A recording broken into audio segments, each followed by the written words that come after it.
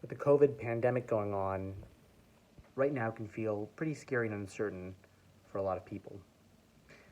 It's an ideal time, therefore, to take up the spiritual viewpoint because the anxiety that you have concerning what happens with the disease, with the economy, the general isolation we're all undergoing, and much more, all that anxiety is tied to, is representative of the suffering we have generally as human beings. It's just an instance of it. And that suffering, the deep suffering, is tied to our sense of identity, our identity as people, our beliefs that we are separate, existing, experiencing, doing, enjoying, and suffering creatures. But that, of course, is not the whole story, because the background of that is something which is pure, stainless, complete, and perfect. And something which is not a thing at all, a something which is not a something. So the real deep solution to our anxiety from the spiritual viewpoint is to be that. To be that, in fact, which you already are. And how does that happen? By letting go of thought. Thought is a source of anxiety. Thought connects you to a story about the past, which could include regrets, and about the future, which can include fear and desire. And that's what binds you to anxiety. Letting go of thought,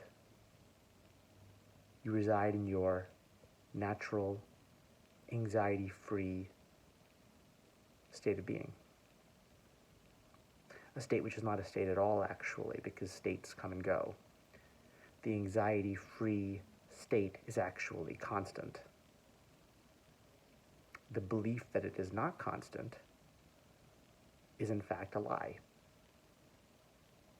So there's a certain kind of paradox or irony, because the one that believes that they have to relax out of the anxious state is himself or herself the very person that has to be relaxed away. That person is the product of a lie. The real self that you are isn't a person, of course.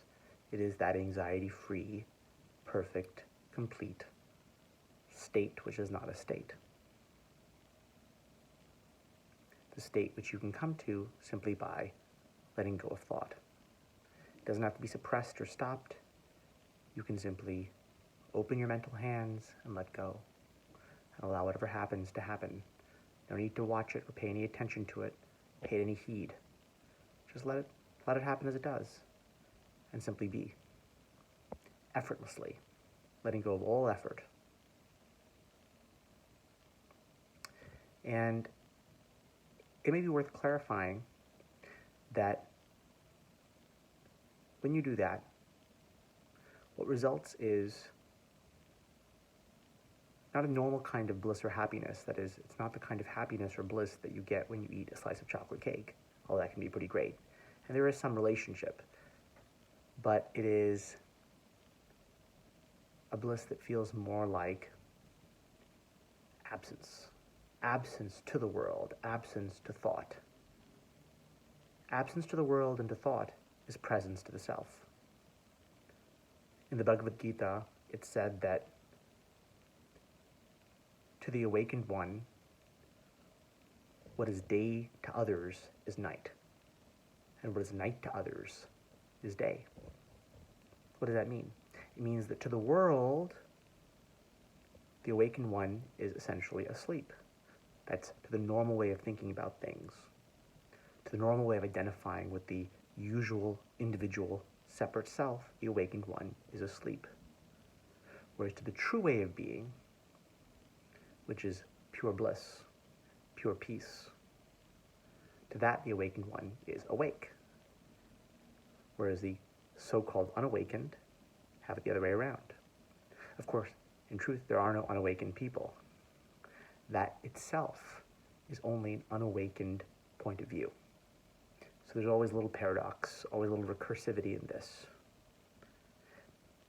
But the underlying important point is this. Be free from your anxiety. Relax and let go of thought. And be present to yourself. But being present to yourself is not a matter of concentrating on the self.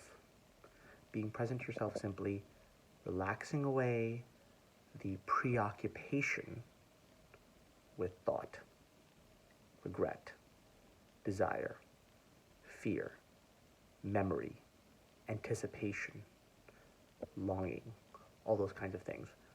Let them be as they are. Let them happen on their own. Pay them no heed. Pay them no mind. Pay them no worry. And when you relax your grip, what you already are manifests. It doesn't even manifest. It can't even be said to manifest because it already is the case. And more than ever, in this time of anxiety, this is critical advice to heed.